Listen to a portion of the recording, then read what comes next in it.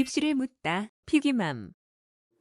우리 유영현 소장님은 이 중에 제일 이슈가 될 만한 게 뭐라고 생각하세요? 그러니까 이건 뭐 네. 진행하면서 하는 얘기인데 이게 어느 게 더 중요하냐 이러니까 정확하게 안 나오거든요. 그러니까 내가 보기엔 학생의 한 입장에서 이슈. 학생의 입장에서 가장 크게 문제가 될 게 뭐라고 생각하냐 한 이런 이슈. 부분들을 얘기하는 게 맞을 것 같아요. 유불리가 바뀌는 게 어느 지점이냐?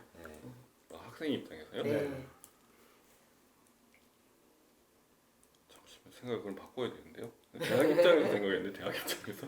대학 입장에서 네. 아니 당신이 뭐 대학 저기 있는 것도 아닌데 근데 그걸 제가 들은 바로는 이제 교수님들이 하시는 말씀을 뭐 인용해 가면서 하시는 전문가 분들 얘기를 들어보면 수시로 대학을 들어온 아이들이 그래도 우수하다. 네 전공 적합성 면에서 그게 이렇게 충성도가 불일치가 있어서. 네, 충성도 때문에 이탈 나중에 그냥 다시 또 뭐 반수를 하고 뭐 이런 적다. 확률이 현저하게 적다는 예, 생각을 그 갖고 계세요. 결과치 그거 네. 팩트는 맞는데 왜냐하면 실제로 이탈률이 5% 미만이에요. 네네네. 수시로 들어온 애들은. 네. 근데 그게 전공 적합성은 이런 것 갖다 아, 붙이면 안 전공이 되고 아니고. 예. 뭐냐면 내가 수시에서 원해서 예 그렇죠. 수시에서 원서 쓸 때는 네. 내가 그렇죠. 가고 싶은 학교를 쓰는 거고 네네.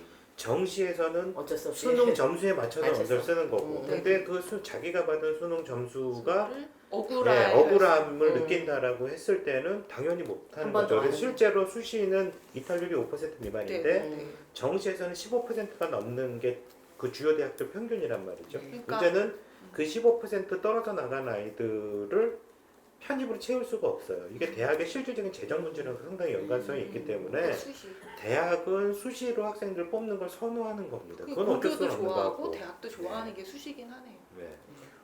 전 수시를 중심으로 보면요. 그래도 블라인드하고 학교 프로파일이 없어지는 게 가장 큰 이슈처럼 보여지거든요. 왜냐하면 기본적으로 아까 우리가 강남권으로 구분했던 학교들은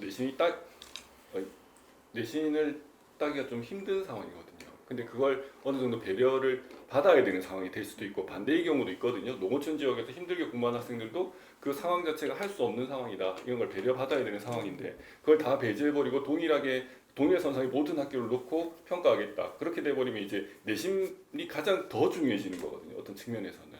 그래서 반대 두 경우 마찬가지인데 어떻게 보면 그 뭐라고 하죠? 학벌이 세서 너무 공부하기 힘든 지역 학생 그리고 환경이 열악해서 공부하기 힘든 학생 둘 다 평가를 못 받게 되는 상황이 되는 거거든요. 둘 다 희생되는 거죠. 네, 둘 다 희생돼서 그냥 평준화되는 겁니다. 네, 그게 가장 큰 문제라고 그렇죠. 보여집니다. 유영현 소장님이 말씀하신 건 어쨌든 블라인드에 의해서 변화되는 게임의 룰이 바뀌는 게 좀 제일 크게 작용할 네. 것같다라고 하신 거고 우리 박수범 소장님께서 그러니까 제가 생각에 학생의 입장에서 가장 큰 문제가 정시 확대하는 게 저는 그게 가장 큰 문제일 거라고 생각을 해요. 왜냐하면 이게 단순하게 한 번의 기회가 더 있느냐라고 했을 때 이건 첫 단추를 분명히 잘못 끼운 거다라고 생각이 드는 게 뭐냐면 이게 공정성 문제 때문에 그런 거잖아요. 그러면 수능은 공정한가요?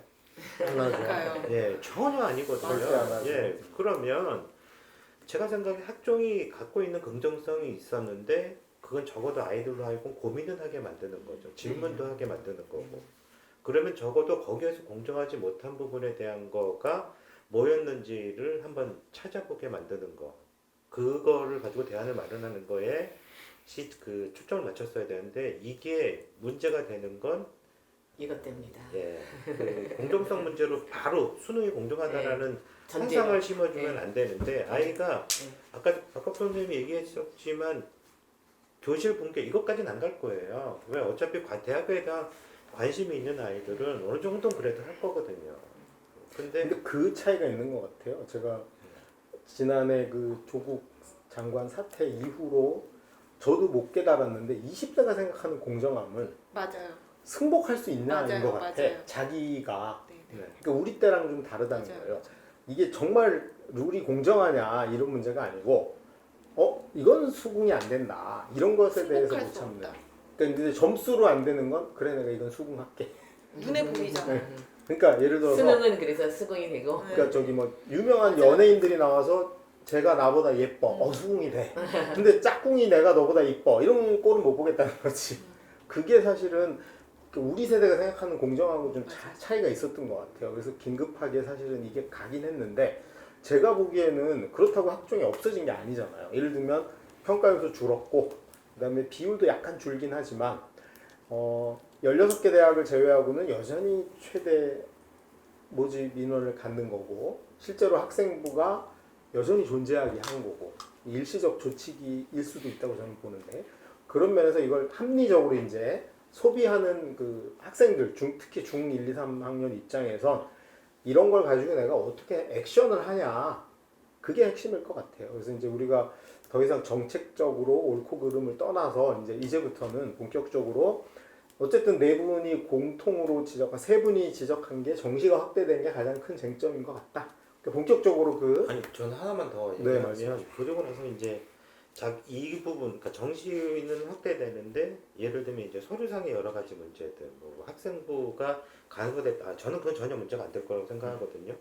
근데 오히려 자기소개서를 폐지된다라고 하는 건 학생이 할 수 있는 마지막 변명의 기회 자체를 없애버리는 거. 그거에선 저는 오히려 거꾸로 나중에 좀 더 커다란 문제가 되지 않을까 이 생각은 있거든요. 왜냐하면 아예 포기를 해버릴 가능성이 많으니까. 회복할 그래서 수 예, 없는 예. 예를 들면 아이가 그 내신 성적만 갖고 따졌을 때 1학년 때 성적이 괜찮았다가 뭐 2학년 1학기 때 뭐 연애를 하든지 뭐 어쩌고 성적이 엄청 나빠졌다가 정신 차려서 2학기 때 성적이 조금씩 오르고 있고 3학년 1학기 때도 오르고 있는 상황인데 문제는 그거에 대한 이유가 뭐였는지를 설명할 수 있는 기회가 없어요. 해명 기회가 없어지는 네. 거잖아요. 그럼 얘는 아마 성적 떨어졌다라고 생각을 하면 그 다음에 그냥 버릴 겁니다. 그러니까 그러면서 정시 확대되니까 그쪽으로 넘어가겠죠. 그래서 이거는 사실은 여기 맞물려 있다라고 보시는 게 저는 맞다라고 생각을 해요. 동의합니다. 근데 큰 틀에서 보면 이거잖아요. 길이 이제 여러 개가 있는 거잖아요. 근데 내가 1학년 때는 수시로 가보려고 했는데 선배들 얘기를 듣거나 학교 입시 결과 발표된 걸 보니까 이성적으로는 내가 목표하는 한양대를 못 갈 것 같아. 그러면 한양대 갈 방법은 뭐가 있을까? 지금부터 수능 공부를 해서 가야지. 이게 사실은 약간 우리 인생도 똑같잖아요. 내가 처음엔 이걸 취업을 하려고 했는데 이게 안 되면 이것도 해보고 이럴 수 있는 거잖아. 그런 상황의 변화에 대한 자기 판단과 그다음에 뭐 내신 성적을 올려서 아니면 변명을 해서 한양대를 가는 거하고 열심히 공부해가지고 수능 성적을 올려서 가는 거하고 저는 차이는 없다고 생각해요. 예를 들어서 동아리를 해가지고 다양한 경험을 해보는 것도 사회생활에 도움이 될 것이고 상황이 이런 상황이니 내가 이렇게 해가지고 가봐야지. 오히려 이런 게 좀 공평하게 알려져야 되는데 어른들이 자기 이해를 중심으로 수능하고는 수능만 하면 된다고 주장을 할 것이고 학교 선생님은 여전히 학교가 갖고 있는 공교육의 기득권을 안 놓치려고 우리 학교는 아까 제가 수능 5단계를 구분했듯이 우리 학교는 정시를 못 가는 학교니까 내 말만 잘 들어라고 갈 거든. 그러면 결국은 저는 이 방송의 목적도 똑같다고 생각하는데 학생이나 학부모가 다양한 조건을 놓고 나한테는 뭐가 유리하냐를 기준으로 판단하게 하는 것이 정보의 공유지 누구의 일방의 주장이 맞다고 하는 건 아닌 것 같거든요. 그래서 좀 그런 기회는 많아야 된다고 생각합니다. 그래서 하여튼 쟁점으로 나온 것 중에 이제 첫 번째가 올라온 게 정시 확대가 이제 가장 크게 된 거는 누구나 동의하는 것 같아요. 그래서 이제 정시 확대가 되면 어떤 상황이 벌어지고 이게 과연 우리가 구분하려고 하는 대상과 이 수준에 따라서 유불리가 어떻게 되는지 한번 분석을 해볼 텐데 정시를 일단 아까 그 발표된 자료에 보면은 정시를 확대하는 학교가 16개라고 아예 못을 박았습니다. 그리고 그 못을 박은 이유가 뭐였냐면 선정 기준을 교육부 발표에 따르면 학종이나 논술 위주 전형이 전체 모집 인원의 45%가 넘는 학교들만 찝었어요. 그래서 이 학교만 40%를 넘기라는 게 의무 조항이고 나머지는 재량이죠. 지금이랑 비슷해. 그리고 원래 교육부 방침은 30%까지는 하자. 이게 원래 방침이었거든요. 근데 이제 거기 개별 학교들 중에 보면은 뭐 고대가 가장 대표적인데 고려대가 논술은 폐지한 대신에 학종을 왕창 늘리고 정시를 줄였죠. 그래서 기존에 학생부 교과 전형을 30% 이상 하면은 정시를 안 늘려도 된다라는 조항을 가지고 올해 현재 고3이 하는 입시에서는 수시를 굉장히 늘려놨고 정시가 거의 없는 상태거든요. 그래서 이런 16개 학교가 사실은 문제인 거다. 얘를 다시 한번 짚어볼 필요가 있을 것 같고, 그래서 여기서도 나타나는 교육부의 의지는 논술 전형 폐지하고 걔를 수능으로 돌려라, 또는 학종이 너무 많은 걸 줄여서 좀 돌려라, 균형을 맞추자의 의지는 분명한 것 같아요. 그리고 지금 현재도 보면 전국에 있는 모든 학교의 정시 비중은, 전체 정시 비중은 굉장히 작거든요. 정시 비중 자체가 전체적으로 보면 한 20%? 뭐 이 정도밖에 안 돼요. 근데 문제는 서울에 있는 상위권 대학으로 좁혀보면 여기는 거의 30% 정도가 됩니다. 그러니까 이제 서울에 있는 상위권 학교는 여전히 학종이 대세임에도 불구하고 그 중에서도 학종으로 일부 고교 등급을 하니 마나니 논쟁이 있지만 학교까지 보고 괜찮은 애를 뽑고 나머지는 수능 봐서 괜찮은 애 뽑거나 논술로 시험 봐서 괜찮은 애 뽑겠다, 이 의지를 여전히 갖고 있었다는 거죠. 그래서 두 개는 좀 구분해 봐야 되지 않을까. 서울 지역의 상위권 학교하고 나머지 학교는 좀 구분해서 볼 필요가 있지 않을까 생각이 들고, 그 다음에 기존에 이제 가장 진로별로 이슈가 된 게 의학 계열인데 가장 인기가 있고, 기존의 의학 계열들은 의대나 치대가 현재 고3들 입시에서 이미 39%가 정시로 뽑습니다. 그러니까 2월 되는 인원까지 하면은 40%가 이미 넘고 있는 상태고, 뭐 한의대나 수의대도 마찬가지거든요. 그래서 의학 계열과 서울의 상위권은 이미 정시가 적지 않다. 그걸 이제 전제로 어떤 변화가 있을지 한번 얘기를 해볼 필요는 있을 것 같습니다. 그래서 제가 먼저 뭐 이거는 당연할 것 같은데, 저는 개인적으로 정시 확대는 부분적 확대지 이게 전면적 확대는 아니다. 근데 이거를 언론이나 일부 사교육에서는 정시가 늘었다, 걔를 굉장히 부각하면서 가고 있는 게 현실이고, 이거를 팩트 체크 못한 중학교 학부모 입장에선 혼란이 가중될 수도 있다. 그거는 좀 있는 것 같아요. 쉽게 말하면 강남에 있는 학생이나 학부모가 뭐 경성대 이런데, 부산에 있는 그런 데가 관심 있으세요? 아니요, 예, 갑니다. 뭐 의대가 갑니다. 경성대는 의대가 없습니다. 아, 경상대겠죠. 경상대. 그러니까 그건 진주. 의대 말고 경상대라고. 의대 말고 네. 아니 관심이 없죠. 경성대 네. 이런데 모르시잖아요. 경성대. 신라대 이런데 아세요? 네, 뭐. 가야 모르시잖아요. 돼. 그러니까 경상대 의대는 들어갔습니다. 네. 문제는 실제로는 관심을 갖고 있는 대학들은 주요 11개 정도, 의치안을 다 빼버리면, 그러니까 느낄 수는 있어요. 그렇게 실제로 체감을. 뭐냐면 정시 확대한다 그러면 자기가 관심을 갖는 대학이니까, 그러니까 그거는 지역에 따라 조금 다르게 느껴질 수는 있을 것 같은데, 지방대 모집 인원이 늘었다? 그건 분명히 아닐 거라는 거죠, 정시. 그렇죠. 그러니까 부분적 확대가 저도 맞다고 생각은 네. 해요. 맞다고 생각하는데, 어쨌든 그럼에도 불구하고 주요 대학들의 정시 모집 인원을 늘린다라고 하는 건 학부모나 학생들이 실제로 정시에서 많이 뽑는구나라고 생각할, 피부가 닿는. 그럴 가능성은 굉장히 크다라고 보는 게 맞겠죠. 근데 여기서 이제 하나 더 강남 학부모시니까 확인해 보셔야 될 게, 휘문고나 단대부고 같은 학교, 숙명여고 같은 학교가 실제로 지금 현재도 수시가 70%가 넘는 상황에도 한 60% 정도가 정시로 대학을 가고 있어요. 강남은. 네. 강남은. 그래서 강남은 학종이 70%일 때도 정시 진학률이 60% 가까이 됩니다. 맞아요. 그 다음에 외대고고, 상상고, 뭐 소위 자사고라고 얘기하는 수능 위주 자사고도 역시 정시로 대학을 가는 게 많다는 거예요. 그거는 뭐 재수 삼수를 해서라도 자기 목표를 달성해야 되는 측면이 있는 거니까, 그런 측면에서 오히려 저는 명확해졌다고 생각합니다. 예를 들어서 간혹 제가 중학교 엄마들 보면 외대고고를 가려고 하는데 왜 가시려고 그래요? 학종이 유리하니까요. 이 말도 안 되는 얘기를 하면서 가요. 근데 그 외대보고도 내신 성적이 좋아서 상위권이 아니면은 학종으로 갈 수 있는데 제한되는 것도 분명히 있거든요. 그러면 이렇게 얘기하지 맞는 거죠. 저는 1차적으로 외대국어 가서 학종 유리함을 만끽한 다음에 혹시라도 성적이 안 되면 나중에 수능 공부해서 정시로 갈 거예요. 그래서 외대국어 가는 목적은 두 가지입니다. 우리 아이는 만끽할 거라는 전제하죠. 그래서 이제 그런 거가 정확히 전달이 돼야 되는데, 그 얘기를 하시려면 오히려 기준을 딱 주는 게 좋아요. 외대 보고 가는데 한 15, 1학기나 2학기쯤 되어 봤더니 내신이 안다. 한 4등급, 5등급 넘어가더라. 그럼 걔는 나와야죠. 전학을 가야 된다. 이게 이게 그렇죠. 맞는 거겠죠. 아니면 거기서 이제 정시 준비를 하든가 뭐 그런 게 좀 나눠질 필요는 있는 건데 이게 정시가 늘어난다는 게 과도하게 영향을 미치는 건 저는 아닌 것 같고 일부 미치는 건 이제 아까 얘기했지만 수능 중심의 수능이 우월한 고등학교나 지역이나 개인 자기는 평소에 내신은 봤는데 맨날 100등 하는데 수능 모의고사 보면 50등 한다. 그러면 나는 수능이 유리해진 거니까 그런 측면이 좀 있지 않을까.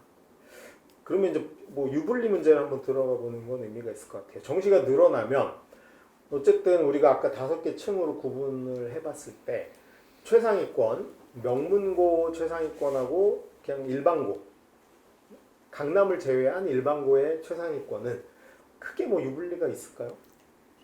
일반고의 최상위권은 유리 분리에 해당이 없이 거의 일반고 최상위권은 수시로 그렇죠. 다 뭐 붙을 거예요. 서울대, 연대, 고대는 갈 거니까 저쪽은 의미가 없고 그 밑에 있는 이제 그쵸, 그 두 친구들부터 거기서 이제 숫자가 줄어드니까 모집 인원수가 줄어드니까 거기 그 친구들은 이제 학교가 약간씩 밑으로 내려가게 되겠죠. 그렇게 되면. 그럼 저 등급 저기가 이제 네. 중학교로 치면은 내신 한 10등 대, 고등학교로 치면 2등급 대라고 봐야 될 것 같은데 지금 현재로는 뭐 서울, 강남을 제외한 서울의 일반적인 2등급이면 수능 최저가 아주 우수하면 고대를 노리거나 일반적인 서성한, 거죠. 네. 건동, 홍수 이 정도까지 퍼져서 노릴 만한 건데 거기 인원이 전체적으로 줄면 붙은 애들 중에 상당수가 거기를 못 가는 현상이 벌어지면 그 하나씩 아이들이 하나씩. 정시로 옮겨가거나 아니면 학교를 한 수준 낮추는 예, 수밖에 없는 네. 이게 그 제너레이션이 이루어져야 되는데 네, 네. 그게 사실은 여기에 집중될 확률이 높다. 왜냐면 중하위권 아이들은 사실 이게 뭐 어떻게 바뀌는 거지 그렇게 관심 있는 게 아니기 때문에 거기 또 문제였고 아주 최상위권에 있는 학생들도 네, 수시를 주로 갈 거니까 상관이 없고 그 밑에 있는 친구들 요 그룹에 있는 친구들이 한 30%의 친구들 있잖아요. 그러니까 여기 있는 친구들이 가장 이 민감하게 어디가 이제 유리한지 불리한지를 생각을 해서 입시 방향을 정해야 되겠죠. 한 2, 3 저기 2등급 대가 주로일 것 같고요. 네. 그다음 이제 세 번째 층이 중상위권, 중간 약간 위에 있는 친구들. 저기서는 저는 뭐 개인적으로 일반고 중상위권이 약간 유리할 수도 있다. 반대로. 내신 어차피 좋은 내신은 못 받았고 그 수능에서도 내신인데, 이제 올 수 있으니까. 오히려 네. 정시 쪽으로 네. 명문고 네. 중상위권 네. 애들은 정시를 노리고 재수를 한다든가 이쪽으로 갈 거고 네. 그럼 거기는 오히려 공백이 생길 수도 있지 않을까. 그렇죠. 뭐 그런 측면. 근데 이게 수시원서가 6장이에요. 네. 위부터 밑에까지 다 쓰라는 거죠. 무슨 뭐 소위 말하는 요즘 뭐 저 한동안 유행했던 뭐 스나이퍼 뭐 저 핵방구 아니요 그거는 사기죠 저렇게 따지면 어차피 다 채워요. 그러니까 저는 저게 일반고 중상위가 그 명문고 중상위 애들이 안 가는 대학을 대신해서 채워서 들어갈 거다 아니에요 저는 그렇게 하고. 어떻게 아니 예를 들면 저기도 뭐 유리한 이유라고 쓸 필요가 저는 없을 거라고 생각하는 이유가 대학 입장에서 보면은 만약에 자기들이 생각하기에 그래도 떨어진다고 생각하면 안 뽑겠죠. 오히려 거꾸로 지역 일반고 상위 아이들이 밑으로 내려올 수도 있는 상황이기 때문에 그러니까 오히려 실제로 준비가 안 되는 아이들은 오히려 계속해서 밀리지 않을까요? 좀 그렇게 생각하는데요. 이렇게 밀리는 현상이 있을 네, 것이다. 네. 밀린다는 건 오히려 성적이 떨어지는 예, 실제로 그러지 않겠습니까? 거기에 보태면 실제적으로 수시에 참여하는 애들이 대부분 재학생이니까요. 재학생 인원은 2년 동안 지금 앞에 걸 봤을 때 한 13만이 줄어 있는 상황이거든요. 그러면 내신은 낮아지는 거거든요. 어쩔 수 없이. 근데 수시 인원은 크게 변동이 없는 거예요. 어떤 측면에서는. 그러면 예전에 2등급이 가던 내신 등급으로요. 2등급이 가던 학교를 3등급이 가는 상황이 생길 수 있단 말이에요. 그래서 애들이 적으니까. 네. 어쩔 수 그래서 없죠. 오히려 유리해질 수 오히려 있다는 유리해질 수 있는 거죠. 그쪽에. 재학생의 경우에는 특히나.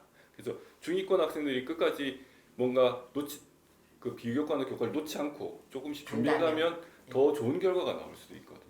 어떻게? 그러니까 좀 이제 입장이 갈린 게 유리해질 거다라고 주장이 하나고 하나는 큰 차이 없을 것이다. 오히려 밑으로 내려올 수도 있다. 네. 예를 들어서 아까 박수범 소장님 주장하신 건 지역 일반고에 한 5등, 6등 하는 애가 네. 숭실대까지 쓸 수도 있다는 거잖아요. 쭉 쓰다 보면. 학교에 따라서는 그럴 수도 있지 않을까 싶은데. 근데 그게 더 나아질 수 있다는 거죠, 제 말은. 왜 그러니까 여기서는 이런 이제 소리였어요. 등수냐 네. 등급이냐 이거에 따라 다를 수 있는데 네. 5등의 등급이 작년에 만약에 한 2등급 초반이었다. 그러면은 내년에는 그게 3등급 초반이 될 수도 있다라는 거죠. 인원수가 죽기 때문에. 그래서 유리하다 불리하다의 어떤 기준을 모두 참 얘기하기가 애매한 부분이 있어서 어떻게 보면 절대적 그 등수로 봐도 마찬가지죠. 왜냐하면 대학에 가는 우리 학교 10명이었다. 뭐 서울대 10명을 보냈다. 그럼 올해도 10명을 가야죠.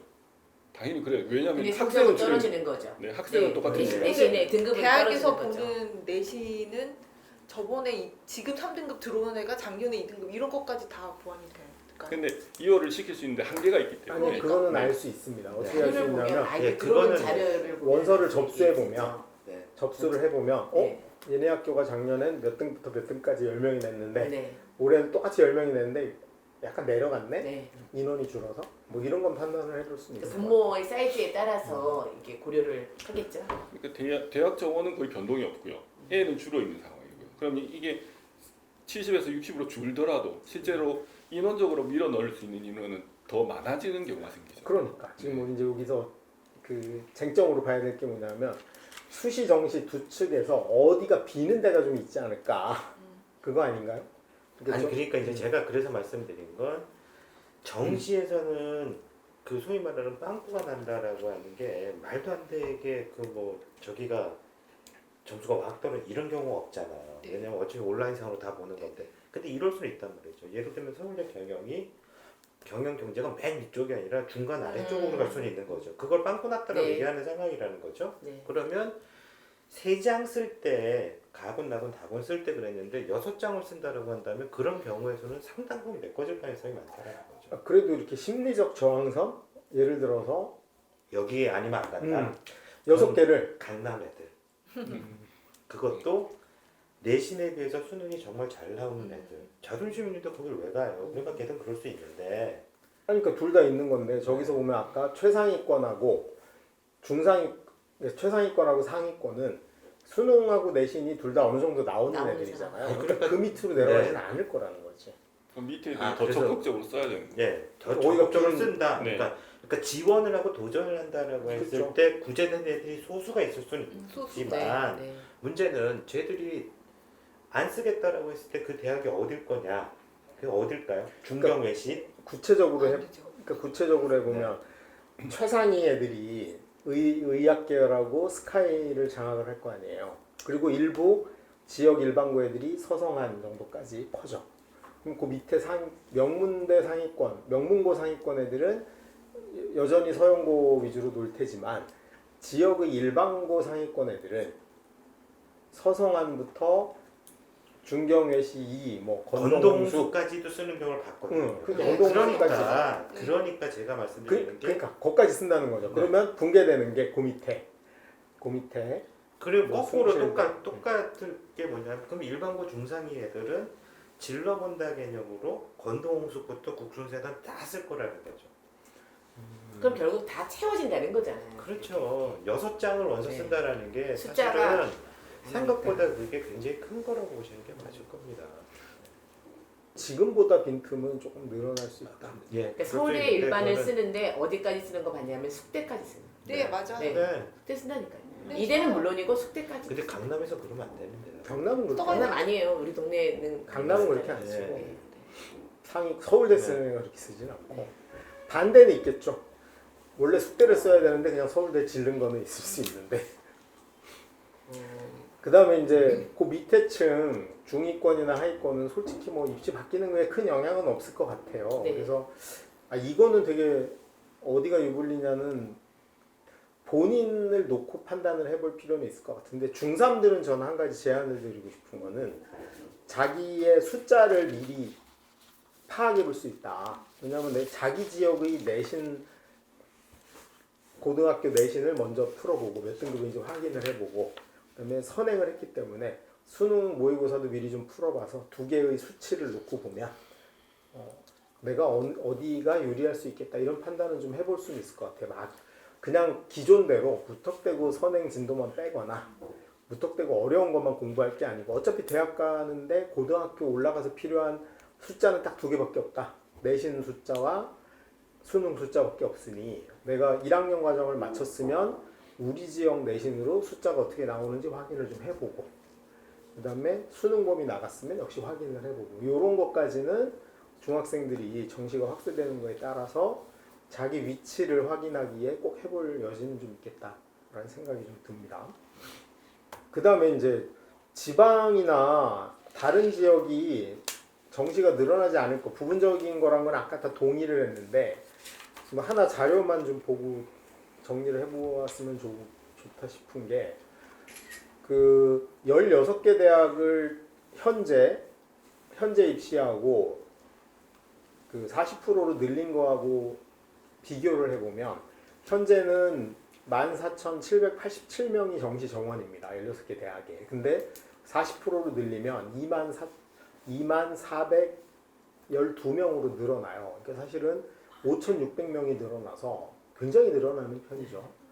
이게 이제 상위권에는 분명히 영향이 있을 것이고 이 서울권을 노리는 상위권에는 그다음에 지방의 같은 경우는 제가 지방 자료를 한번 데이터를 해봤는데 부산 지역을 먼저 예를 들어보는 게 좋을 것 같아요. 부산 지역은 올해도 정시 때 못 뽑은 대학이 많습니다. 올해도.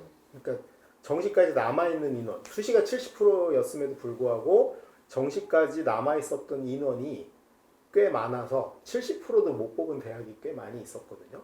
근데 이제 얘네들 기준으로 올해 고3을 기준으로 한번 확인을 해봤더니 부산의 현재 고3 진학 추정되는 인원, 특성화고 제외하고 진학 추정을 할 거라고 예상되는 일반고, 자사고, 특목고 인원이 22,726명이고요.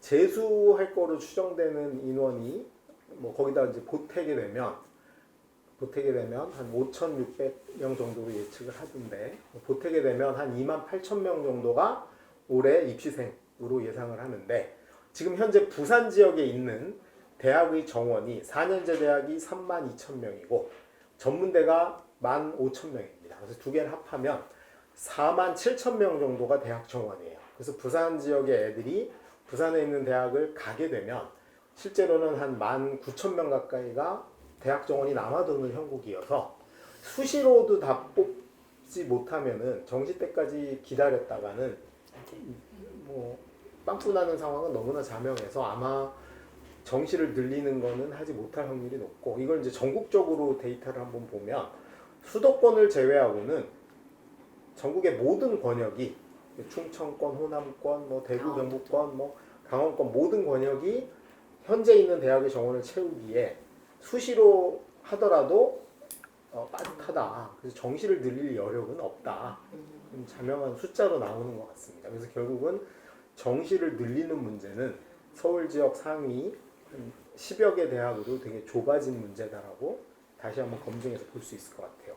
근데 이제 이 편은 어차피 제공이 될 거니까 제가 생각하기에는 뭐는 생각해 볼 거리는 있다라고 생각이 되냐면 부산 같은 경우에는 18,000명을 못 채우는 거로 되는 거잖아요. 근데 사실 따져보면 부산, 경남, 울산은 같은 생활권이거든요. 대구까지. 아니 그러니까 그거랑 이제 경북, 대구 이거 다 따지면 네. 제가 생각하기에는 예, 저기 다 채우는 거잖아요. 아니요, 그래도 못 네. 채워요. 왜냐하면 저기 보시면 경남이 아니 그러니까 제 얘기는 뭐냐면 경남 같은 경우가 약간 많아요. 7,931명. 약간 많아요. 예. 그리고 울산 같은 경우에도 보시면 4,694명 남는 거잖아요. 그죠? 차이가? 네. 그러면 저거 두 개 합치면 그게 13,000명, 12,000명, 13,000명 이렇게 되니 제가 근데 거기서 생각하기에 이제 예. 수도권으로 빠지는 애들을 고려하면 네. 올해 80% 정도였고 내년부터는 더 줄어들 확률이 높죠. 아니 그러니까 어차피 정시 인원을 늘리지 못할 거다라고 네. 생각은 분명히 동의는 하는데 네. 어쨌든 뭐 대학의 구조조정을 할 것 같지는 않은데요. 안 하겠죠. 네. 자연스럽게 없어지겠죠. 애들을 네. 못 뽑아서. 네. 그러니까 결국은 이제 인구가 지금 신도시가 늘어나고 인구가 증가되는 지역은 유일하게 이제 경기도, 그다음에 경남의 김해나 양산 지역 이 정도거든요. 나머지는 다 줄고 있기 때문에 지방대나 뭐 서울 일부를 제외하고 이걸 늘릴 여력은 없을 것 같고, 요거를 이제 그 우리 대학에서 경험을 좀 해보신 우리 유영원 전임 입학사정관님께서 정시까지요? 학교별 입장으로 보면은 실제로 저는 이게 나올 것 같아요. 정시를 늘리는 게 유리한 대학이 있을 거고, 일부 대학은 수시에서 빨리 뽑는 게 유리한 대학이 있을 것 같은데, 이제 대학들을 좀 구체적으로 놓고 한번 쭉 정리를 한번 해봐 주시죠. 일단 뭐 위에서부터 보시면 의대 같은 경우에는 아까 자료에서도 저희가 다 확인했지만 35%가 넘는 상황이거든요. 그리고 수시열까지 포함하면 40%를 채우고도 남는 상황이라 더 이상 늘리는데도 한계가 있을 거고요.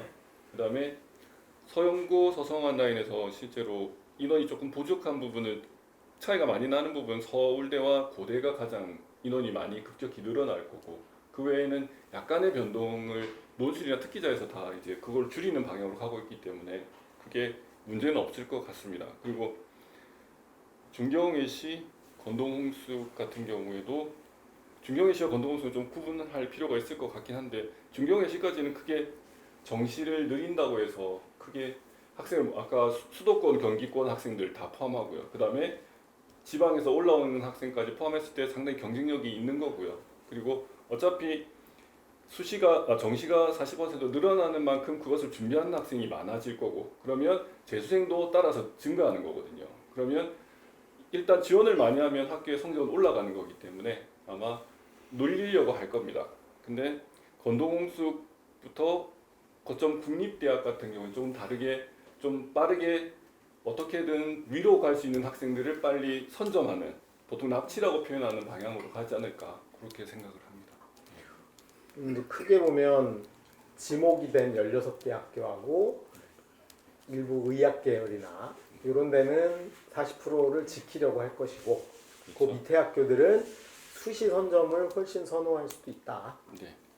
그렇게 크게 두 개로 나눠보면 될 것 같네요. 그러면 처음에 우리가 전제했듯이 정시가 확대되는 거는 일단 부분 확대인 거고, 여전히 수시를 맹공을 하는 대학들은 여전히 많이 존재한다. 그렇게 보면 될 것 같은데, 아까 그 여담이지만 수시에서 체포? 납치가 아니고 체포?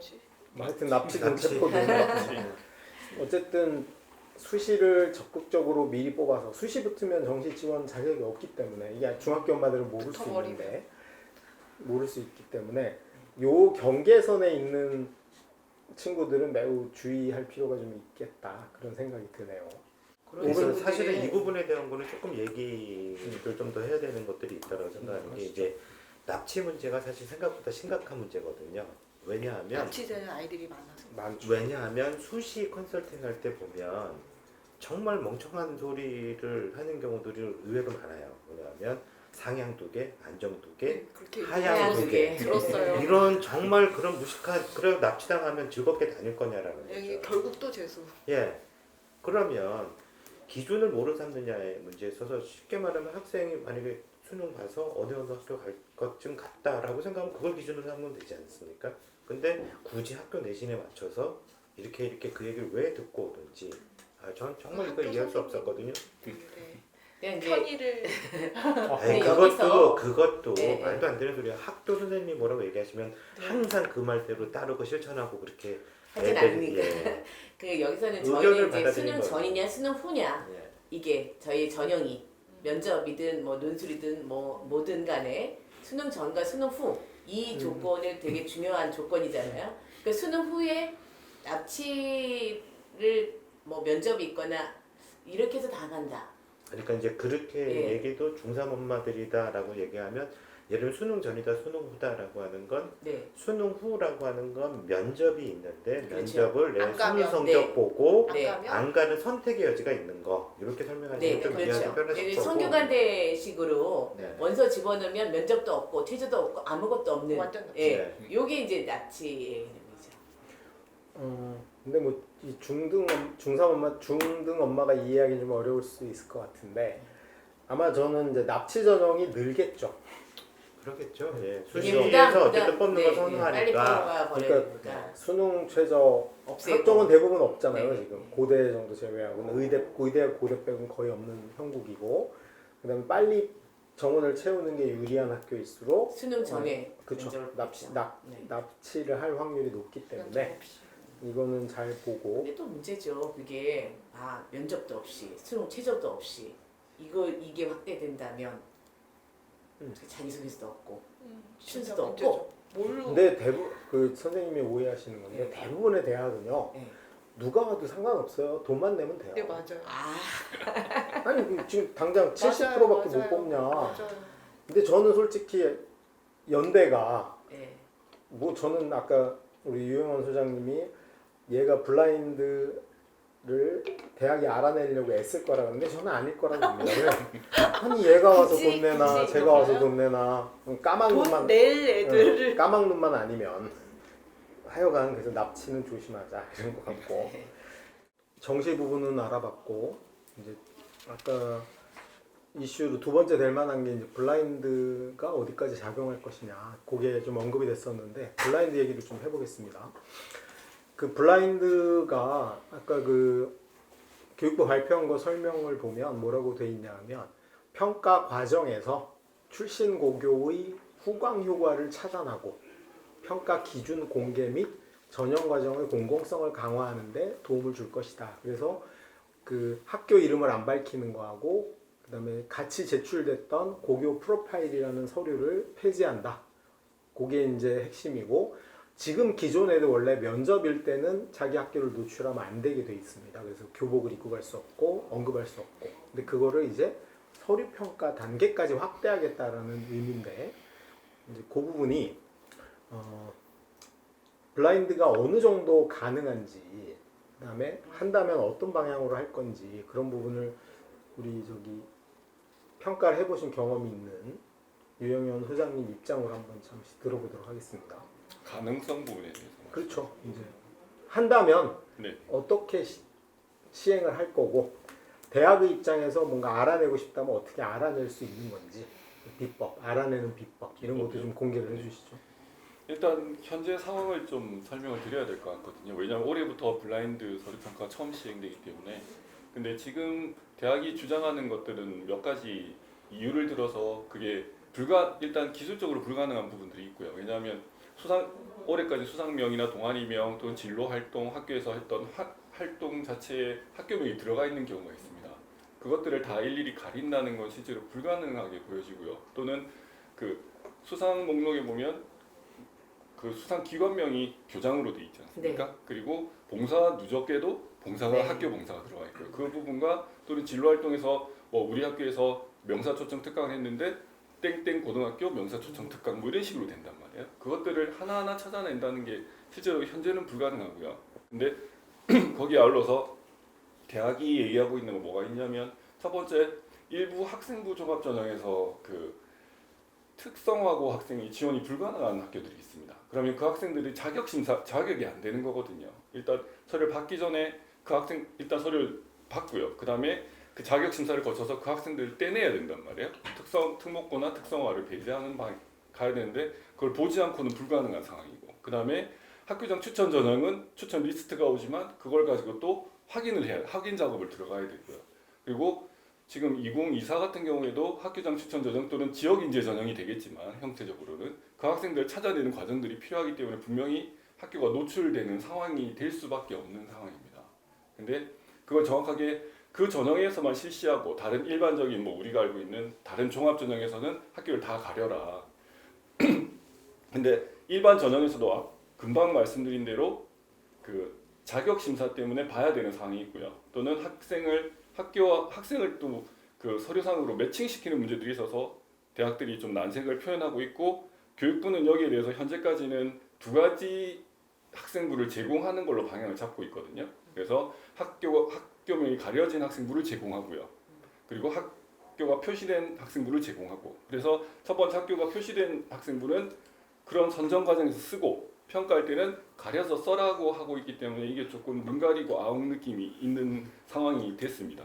그리고 완벽하게 된다고 가정했을 때 저희 입장에서는 평가자 입장에서 특히 의치안이나 최상위권, 서영고, 서성한 라인에서는 분명히 학교를 알려고 할 겁니다. 아는 게 선발하는데 편의성도 있고요. 그리고 정확하게 그 학생을 판단하는 기준이 될 수도 있고요. 네.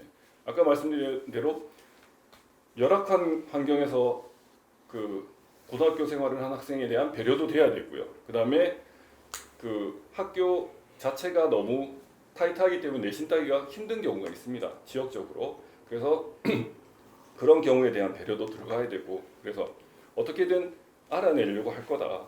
뭐 그렇게 말씀드릴 수 있을 것 같습니다. 그 다음에 방법도요. 네, 방법도 비법을 알면 도움이 되지 않을까요? 우리 중3들한테? 근데 첫 번째 지금 언론에서도 우려하고 있는 게 이게 완전히 블라인드가 됐다고 가정했을 때 가장 첫 번째 우려되는 측면이 특목고입니다. 왜냐하면 얘들은 학교면 아무리 가리더라도 교육 과정이 다르기 때문에 전혀 교과목 자체가 다르거든요. 그러면 걔들은 교과목만 보고도 영재고, 과고, 그리고 일부 우리가 알고 있는 광역 단위의 자사고들은 구분이 될 겁니다. 그러면 반사이익을 누리게 되죠. 왜냐하면 다른 우리가 아까 강남권이라고 나눴던 센 학교들이 일반고와 구분이 안 되는 걸 가진 경우가 많거든요. 그럼 걔들은 상대적으로 뭐라고 해야 되죠? 단어가 안 떠오르는데 불이익을 당할 거고요. 또 반대의 경우 얘들은 일반고는 상당히 좋게 볼 수 있죠. 네, 그런 측면에서 알아내는 방법을 해야 되는 거군요. 죄송합니다. 네, 그래서 알아내는 방법은 일단 첫 번째 아까 말씀드린 대로 서울대 직윤이 있을 거고요. 연대 면접 우수 3%, 그리고 고대 학교장 추천, 걔들의 서류가 있단 말이에요. 근본적으로 학교를 아는 학생들의. 그러면 좀 귀찮긴 하겠지만 그 학생을 몇 명 학교별로 몇 명 있으니까 걔들 교과목 한 3개를 가지고 평균 표준 편차만 3과목의 표준 편차가 일치하는 애를 찾으면 되죠. 그 세 개 학교 외에도 지금 네. 뭐 이대도 있고 다 경희대도 있죠. 있고 거의 그러면 없는 학교마저도 학교장 추천 전형을 또 만들어서 할 수도 있는 거죠. 현재로도 많이 있지만. 네. 근데 근데 뭐 그것뿐만 아니라 사배자 전형이나 네. 뭐 그렇죠. 지역인재 전형 성격의 네. 뭐 이런 거는 다 어차피 다 학교가 나와야 그러면 되니까. 그거는 어차피 프로그래밍을 해서 코딩을 해갖고 컴퓨터에 넣어놓으면 되니까 그건 네. 전혀 문제될 게 없을 겁니다. 블라인드 면접을 근데 하나 미니 전제사항은 네. 그걸 알아내서 평가에 활용하면 불법이 되는 건 맞죠? 현재성 그렇게 되겠죠. 그렇죠. 그러지 말라고 지금 권장하는 건데 네. 네. 굳이 우리가 편법으로 알아보려면 알아볼 수도 있다. 네. 뭐 그런 거고. 이제 그러나 편법임으로 하지 말아야 되는 것이냐 할 수도 있느냐 할 것 같은데. 대학은 대학 입장에서는 하겠죠. 하려고 하겠죠. 네, 대학은 우수한 가능하면- 아이들을 선발하는 왜 게 그럴- 목적이니까. 왜 왜 그러냐면 왜 그걸 하려고 할까요? 거꾸로 얘기하면 대치동의 2등급 학생과 저 시골에 있는 2등급 학생은 전혀 다른 다르기 학생이기 때문에. 때문에 진짜 다르잖아요. 그냥 1점 같은 1점으로라고 쳐요. 그리고 최상위권이겠죠. 아니, 둘 다. 그렇게 되지 않겠죠. 뭐냐면 반대로 되겠죠. 둘 다 1등급에서 끊겠죠. 그렇지. 그럼 2등급이 떨어지는 거지 외곽에 2등급이 될 리는 없다. 저는 거의 내신 전형 가까이 될 거여서 어차피 성적이 되는 애만 가는 거지. 근데 그러니까 역차별은 될 수 있지만 오히려 외곽 애들이 불이익을 받지는 않을 것 같은데요. 그렇죠. 그게 최상위권 대학에서는 그래도 3배수 안에 그 애들을 많이 넣으려고 하겠죠. 면접 대상자 안에. 그러니까 그렇게 하더라도 면접에서 걸러지. 결국 얘네 네네. 때문에 엉뚱한 2등급이 올 리는 없다는 거고 그다음에 연대 고대 뭐 이 정도를 제외하고 나면 어차피 강남에 센 애들이 갈 리가 없잖아요. 그럼 그러고 나면 나머지 일반고는 비슷한 건데 결국은 그냥 내신으로 뽑으면 되는 거지. 굳이 알아서.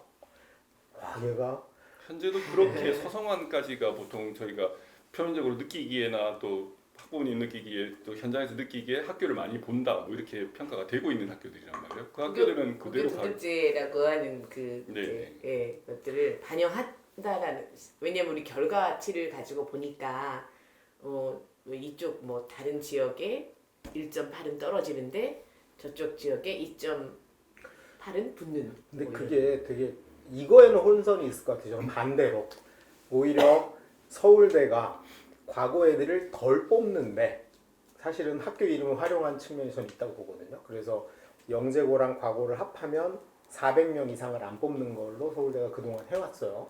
그 다음에 외고 애들도 서울대 전체 모집 인원의 11% 정도 그 이상을 넘지 않는데 나름 그렇게 활용을 했던 것 같은데 이제 블라인드를 해버리면 이 인원이 좀 늘어날 수도 있고 반대로 그렇게 작용할 수도 있다. 오히려 서울대는 이거 걱정일 것 같고. 아니 근데 그거는 말이 안 되는 게 아 그런가요? 예, 왜냐하면 그럼 만약에 내신만 갖고 뽑는다라고 한다면 외고나 이런 애들이 내신이 더 나쁠 텐데 어떻게 뽑혀요? 안 되겠죠. 아 서울대 같은 경우는 실제로 그 수시 전형할 때는 1단계 통과자나 뭐 이런 거 발표하기 전에 사실은 그 대학 공부 차원에서 그 결과에 대한 논의를 하잖아요. 일주일 전에. 그래서 매년 변동 사항 없이 거의 유사한 비율, 영재표 몇 %, 이게 유지됐던 게 그런 것 때문에 그런 거를 거꾸로 역차별한 부분이 없지 않아 있는데 그게 만약에 없어진다라고 얘기하면 정말 난감할걸요. 오히려 거꾸로. 아니, 그래서 이제 그렇게 벌어질 수는 있을 것 같고. 근데 이게 서울대만이 아니고요.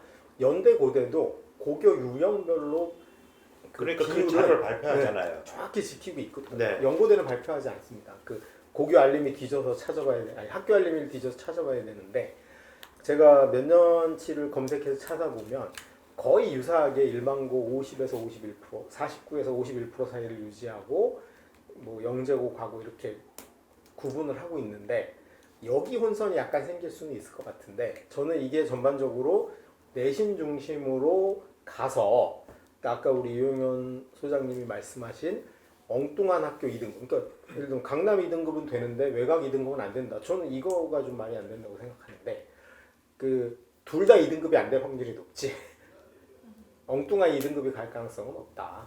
그래서 오히려 내신 전형처럼 내신 컷이 좀 더 올라가는 효과로 나타나지. 근데 그거를 굳이 가려가지고 저는 이제 이걸 질문드리고 싶은 거예요. 지금 인력도 없고 대학이 예산도 없어서 입사관도 안 뽑는 주제에 그것까지 알아내려고 아니죠. 그거는 컴퓨터가 계산해 주는 거죠. 아 별로 네. 인력이 되는 예. 건 아니다. 예. 그리고 그러니까 이게 표면적으로 완전히 블라인드가 된다고 했을 때 이제 과거가 많이 뽑혀버리면 아무도 할 말이 없는 아 거죠. 많이 안 뽑힙니다. 네, 하고 아니요. 그 특정 지역에서 많이 뽑힌다든가 이래버리면 이제 더 이상 할 말이 없는 거죠. 아니 그거는 절대 아닌 게 과거생이 얼마 안 돼서 절대 많이 뽑아갈 수가 없어요. 아니 과거뿐만 아니라 강남 학생들, 목동 학생들, 중기 학생들이 어느 대학에 과중하게 많다. 이걸 더 이상 따질 여력이 안 그게 생기는 거예요. 실제로 아니요. 네. 대학 입장에서는 거꾸로 이렇게 이거에 대한 변명을 줄 수 어떤 있겠죠. 방식- 줄 수 있겠지. 이거에 대한 강남에 변명을 대한. 어떻게 했냐면 우리는 그거를 가지고 뽑은 게 아니라 뽑고 나서 거꾸로 보니까, 유치해 맞아요. 보니까 이렇다라고 변명을 하고 있는 상황이란 말이죠. 그러니까 가리고도 뽑았는데 예. 이렇게 뽑혀버렸다면 걔네들이 네. 우수하더라. 네. 나중에 보니까. 그러니까 실제로 그럼 할 수 있는 학생부에서 거죠. 예. 왜 뭐가 문제야? 그럼 할 수 없지 뭐. 그 근데 얘기는 실제로 그런 논도를 계속 가지고 있을까? 어쨌든 뭔가 시스템 그렇게 돼 있다라는 거잖아요. 그러니까 제가 궁금한 게 뭐냐면 근데 자료가 있는데 그걸 활용하지 않는 건 바보짓이죠. 왜냐하면 뭐 상위대권 대학들은 정시가 100%건 뭐건 내신을 받거든요. 학생부를 다시 받아요. 왜냐하면 연대는 단적으로 연대는 정시에서 수능이 100인데 동점자 처리를 내신으로 한단 말이야. 맞아요. 학생부를 받아요. 그래서 그리고 그거하고 상관없이 모든 대학이 받을 수 있어요. 그걸. 그러면 그 데이터가 있으면 뭐가 되냐면 이 학교의 몇 등급은 수능에서 몇 %라는 게 나온단 말이에요. 반칙을 하겠다는 거잖아요. 근데 그 데이터가 누적돼 있다는 거죠 지금 몇 아니 년째. 그러니까 그럼 결국은 아까 처음에 네. 교육부가 주장한 공정성에 위배된 게 팩트인 거네. 공정 그동안 수능 점수를 고려해서 고등학교에 등급을 줬으니 준 건지 아니죠. 모르겠지만 그러니까 아니 그걸 그게 정확하게 공정할 얘기하셔야 수도 돼요. 있죠. 네. 거꾸로. 예, 그게 공정할 수도 예, 있죠. 거꾸로. 애들의 실력이라고 하는 네. 것들이 그렇다라고 하는 것에 대한 지표인 거잖아요. 그렇죠. 그거를 그리고 무시할 그게 수는 1년, 없어요. 2년짜리가 아니라 네. 몇 년에 걸쳐서의 그 네. 학교에 대한 자료를 가지고 있는데 어느 것까지냐면 그 학생이 여기 대학에 입학했을 때 학과 평점을 몇 점을 받느냐 또 4년 뒤에 졸업한 후에 취업을 어디를 하느냐까지를 완전히 데이터를 다 가지고 그걸 있다. 그러니까 결과로- 이거는 어떻게 이해하는 게 딱 맞을 거라고 생각을 하냐면 예를 들면 그 전에 이제 논술 전형 고대에서 그 외고 아이들 6점대 등급 아이들 1단계 통과시켰는데 일반고에서는 1점대 아이들도 1단계 통과 안 시켰다라고 해서 소송 붙은 적 있잖아요. 네. 그거 1심에서는 고대가 졌다가 2심에서 결국 이겼거든요. 근데 그때 얘기의 판결문의 가장 핵심적인 내용은 이건 대학이 자기 방식대로 선발. 자기 선발 기준을 가지고 뽑은 건데 그걸 가지고 뭐라 할 수 없다 이렇게 나왔단 말이에요. 그러니까 그거를 공정 불공정의 문제로 아니요 그렇게 보시면 이거는 아니 저는 공정이 아니고 법 위법이라고 얘기하는 거죠. 원래는 아니, 그렇게 그러니까 하면 그것도 고교등급제는 불법이었어요. 그러니까 근데 그 고교등급제가 안 했다라고 얘기를 법적으로 판단을 받은 거잖아요. 그건 안 한 거 맞죠. 왜냐하면 반영 비중으로 논술 몇 점에 학생부 몇 아니, 점이 1단계를 통과해야지 논술을 보러 갈 수 있었다니까요. 근데 1단계를 5배수를 뽑고 뭐뭐 하는데 대원외고 6점 몇 등급 아이는 1단계를 통과했는데 일반고 1등급대 등급 아이가 떨어진 거란 말이죠. 알파 점수 써가지고. 네. 그러니까 그거는 당연히 등급이 뭔가 있었다라고 보는 게 맞겠죠. 알파 점수 쓴다고 근데 얘기했고 문제는 고대가 그게- 그걸 공개했잖아요. 예. 불법이 아니다라고 얘기를 한 거죠. 그러니까 이제 예를 들면 그걸 하기 위해서 그러면 아까 여기 언급되고 있는 1128 조치에 따른 후강 효과가 있었던 거잖아. 왜냐하면 내가 대원외고를 그쵸. 다녀도 그것도 다- 나 혼자만 수능을 못 볼 수도 있는데 내가 그 학교 대원외고라는 다닌다는 건 이유로 이유로. 쟤는 그럴지도 몰라라고 받는 거가 있었다는 거잖아요. 당연히 네. 당연히 있었죠. 그러니까 그걸 계속 하고 싶다라고 지금 주장을 하는 거니까. 네. 그래서 대학에서는 하고 싶겠죠. 그렇죠. 그게 걔들이 우수한 게 사실이거든. 근데 아니, 근데 교육부에서 그걸 무력화시키는 그게 아니고 걔가 난지 어떻게 해. 내 성적을 반영하는 건 오케이. 예를 들어서 근데 학교 대원외고 이혜웅이라는 애 성적을 반영해서 너는 우수할지 모르니 너는 내신이 6등급이어도 내가 뽑아줄게는 괜찮은데 대원외고에서 유일하게 이혜웅은 수능이 안 좋은 애야. 근데 나까지 덤태기로 잘 보게 되면 이건 문제가 있는 거잖아요. 뭐 특수한 케이스 아닐까? 왜? 그 학교에서 이상한 애 저기 이상한 애들도 있죠. 근데 그게 후광효과인 거잖아요. 그리고 그것에 대한 문제로 이게 나왔고. 걔가 들어오는 문제보다 내신만 높아서 학습 능력이 안 되는 애가 들어온 게 더 문제죠. 왜? 걔는 그냥 그만두면 되잖아요. 그러니까 아니 그렇게 얘기하시면 안 되죠. 아니, 왜냐하면 아까도 똑같이 얘기했잖아요. 정시에서 뽑는 아이들을 그게 덜 아니고 선호한다. 공정성 네. 차원에서 못 따라가는 애가 그만두는 건 문제가 없는데 가면 안 될 애가 엉뚱하게 뛰어서 대학은 들어가는 그러니까 오히려 거꾸로 그것 때문에 뽑으려고 하죠. 왜냐하면 걔가 그만둬버리면 그 인원이 TO가 빵꾸가 나는 거잖아요. 그러니까 돈벌이 때문에 그렇다는 돈도 골치 거잖아요. 아픈 거죠. 예. 대학에서는. 근데 뭐 착각하시면 안 입시의 돼요. 공정성이나 다른 게 아니고 우리나라는 자기들 그래서 편의 만약에 위주로. 그렇게 얘기하실 거면 실제로 우리나라 교육적 관점이 정말 잘못됐다라고 얘기를 해야 되는 거죠. 수익자 부담 원칙이라는 건 당연히 깨져야 되는 거예요. 교육의 공공성을 얘기하고 싶다면. 아니 그래서 예. 그러면 이제 대학이 그걸 찾는 이유가 제가 이상한 애를 뽑아서 그만둘까 봐 일리는 없으니 예. 그럼 아까 이제 돌아가서 그걸 꼭 알아보고 싶어하는 대학이 왜 그럴까? 우리 이제 여기서부터 출발이었는데 저는 굳이 대학이 그렇게 안 할 것 같다. 아니 그러니까 그게 그렇게 어려운 일이 아니라니까요. 그러니까 아까 자기들이 거기에 뭘 에너지를 많이 쓸 하려고 거기 때문에 복잡해서 하려고 그걸 안 막 노력해야 하니까 되고 이럴 필요가 없다니까요. 저절로 그냥 된다는 데이터들이 거죠. 다 있는데 그냥 쭉 해갖고 지금까지의 들어가고 자료도 있고. 내부적으로 내신 계산하는 것만 쭉 하면 그 안에 들어가 있는 거면 네. 뭘 고민을 하겠습니까? 근데 근데 그런 경우도 있잖아요. 완전 차이 많이 안 나고 살짝 그 내신이라는 게 그렇잖아요. 뭐 1.7이 있고 2.2 이런 건 아무 의미 없는 그래서 거거든요. 예를 들면 이런 식이에요. 그 보면 그 고대 같은 경우에 그 올해부터 바꾼 게 이제 교과 전형, 추천 전형 교과 전형으로 네. 바꿨고 학동 전형이 일반형이나 뭐 전공 적합형 뭐 이렇게 나눴잖아요. 그러면 그 교과 전형이 정말 교과 전형이냐라는 거죠. 왜냐하면 원래대 추천 전형은 그 전에는 단계별 전형이었어요. 1단계에 뭐 교과 100이나 내지 서류 100이나 이런 식으로 해서 모집 정원에 3배수 내지는 5배수 뽑았단 말이죠. 그러나고 2단계에서 면접을 했어요. 근데 문제는 1단계에서 교과 100을 뽑는다라고 했을 땐 분명히 드러나죠. 왜 내신 성적이 이렇게 했는데 얘는 되고 얘는 안 되고 이렇게 해서 학교별 차이가 드러날 겁니다. 근데 그걸 감추려면 어떻게 하면 되냐면 일괄합산 전형으로 바꾸면 돼요. 교과 우리 비중이 높습니다. 60%. 그러고 나서 거기다 면접, 40. 서류 네. 해갖고 40% 이러면 뭐 갖고 붙었는지 뭐 갖고 떨어졌는지 모르는 거예요. 그러니까 거꾸로 따지면 고대는 왜 그렇게 기만적인 그 전형 요강을 만들어냈을까? 일괄 합산 하고 예. 있어요 지금 올해부터. 그러면 그거는 추천만. 숨기고 싶은 거죠. 추천으로. 예. 숨기고 싶은 거예요. 정확히 따지면. 그렇죠. 숨기고 그리고 싶겠죠. 자기들은 자기들이 원하는 학생들을 뽑고 싶은 거죠. 그래서 그 아니 방법이 근데 그게 고대가 못하는 이유는 다른 게 있죠. 왜냐면 그 많은 애 면접을 볼 수 없어요. 그렇죠. 고대 같은 경우는 그래도 5배수라도 끊어놓고 봐야 되는데 네.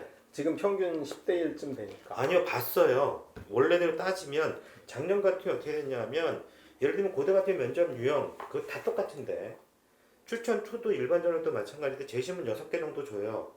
원래대로 일반 얘기는 전형. 원래 얘기대로 따지면은 서류 확인 면접도 있고 자기들 방식의 심층 면접도 있다고 얘기했거든요. 근데 그거를 아이가 들어가서 재심을 읽고 뭐만 하는데 7분 주고 나머지 21분 동안 해갖고 진행하겠다라고 얘기했거든요. 근데 그게 13번에 다 끝났어요. 시간 별로 안 걸려요. 그래도 그러니까 학교장 추천 전형은 제한돼 있는 인원이니까 걔네들을 일괄로 하는 것까지는 뭐 어떻게 버틸 수 있겠지만 일반 전형까지 오픈을 아니 해서 그러니까 문제는 고대 같은 경우는 그럼 왜 그렇게 했을까? 문제는 뭐냐면 항상 이제 입시라는 게 상대적인 거잖아요. 고대의 입시 전형이라는 건 연대랑 비교하면서 짰을 수밖에 없고 근데 분명히 자기들이 사실은 수시에서 우수한 학생들 뽑아왔다고 생각을 했을 거 아닙니까? 그 전에 그러니까 연대도 거기에 대한 경쟁 구도 때문에 3% 전형을 만들어낸 거고 그러면 고대 같은 경우가 4% 계속 이거 해갖고서는 효과를 봤는데 문제는 어떤 형태로든 그 효과를 유지하고 싶은데 문제는 정시로 가면 연대한테 밀리니 그거를 바꿔야 된단 말이죠. 그러면 수시에서 그러면 어쨌든 많이 뽑는 거를 버릴 수는 없으니 그러니까 그 형태로 해서 교과 전형을 우리 이렇게 늘렸으니 그래서 정시에서 인원 이렇게 안 늘리겠습니다 라고 얘기를 했던 거고 실제로 과정이 그렇게 된 거잖아요. 그랬더니 교육부에서 니네 이게 무슨 교과 전형이냐 또 하나 교과 전형은 지방대나 해당되는 거지 그렇게 얘기를 한 거고 그게 이후에 어떻게 바뀔지 좀 더 두고 봐야 되긴 하겠지만 고대의 자기들의 의도는 그렇다라는 거예요. 그럼 거꾸로 이렇게 접근해야죠. 대학이 우수한 학생을 뽑으려고 하는 게 잘못된 건가요? 아니죠. 예.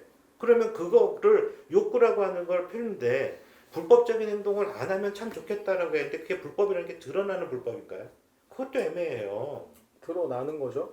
어떻게 해요? 고대가 지금 불법을 행하고 있는 거다고요? 아니 왜냐하면 제도적으로 그- 만들어졌는데 그렇게 60대 예를 들면 학교 이름이 점수로 계산돼서 들어가는 건 불법인 거 맞죠. 점수로 계산되진 않죠. 그게 점수로 컴퓨터가 계산하든 인간이 얘네 학교에는 가산점을 준다고 들어가든 그냥 학생부를 보고 평가하는 게 맞는 거잖아요. 근데 그걸 확인할 길은 없죠. 불법의 근거를 네, 걔를 학생 잡히지만 않으면 학교를 보고 준 건지 불법인지 그 점수를 활동을 보고 준 건지 알 수는 없죠. 그러니까 아까 그 나왔듯이 대학의 책무를 강화하는데 평가 기준을 공개하라고 돼 있잖아요. 그럼 평가 기준을 공개하라고 돼 있는데 그럼 우리는 어떻게 평가한다? 그 공개가 될 거 아니에요. 아니 지금도 나와 있어요. 나와 있죠. 평가 그 기준은. 학업 명령도 그거 있고. 이상으로 더 이상 자세하게 나올 수가 없을 거라니까요. 예를 왜냐면 들면 이 교과전이 상 몇 개면 몇 점 주고 뭐는 몇 점 주고 이렇게 할 거라고 생각하세요? 그거 안 하겠죠. 그러니까 우리는 어떤 항목을 어떻게 평가합니다라고 다 공개하고 있는 거예요. 다만 그게 뭔지에 대한 거를 고민해 보거나 생각하지 않은 저 같은 놈들이나 학부모들이나 선생들 때문에 문제일 뿐인 거예요. 그게 공개를 다 하고 있었는데요. 아니 그러니까 그걸로 그냥 하면 되지. 왜 그 이름을 알려고 할까? 그거는 정성적 평가라는 미명하에 미명하에. 그래요. 예, 미명하에 알 수 전혀 없는 평가 안 한다라고 어떤 돼 구조, 있잖아요. 예, 네. 그거로 돼 있는데 그걸 어떻게 하겠어요? 그러면 쉽게 말하면 유영민 선생 같은 경우 입사관 자기가 하고 뭐할 때 쭉 읽어보면서 그냥 체크하고 끝난 건데 그게 실제로 난 체크를 했지만 실제로 얘가 합산 점수가 얼마가 될지는 모르는 건데 그래서 그냥 그렇게 뽑으면 최종적으로는 정량화가 될 수밖에 없는 거죠. 맞아요. 예. 그래서 그렇게 뽑으면 되는데 굳이 네, 그 아이들을 하는. 이름을 알아내서까지 다른 방식으로 지금 똑같은 얘기를 계속 반복하고 계시는 건데 대학은 어쨌든 우수한 학생을 뽑고 싶어 한다라고 하는 거고 그러면 거기에서 우수하다라고 하는 것들과 그렇지 않다라고 하는 것에 대한 기존 경험이 있었던 거고 쉽게 말하면 정시에 올 애를 수시에서 뽑고 싶은 거예요.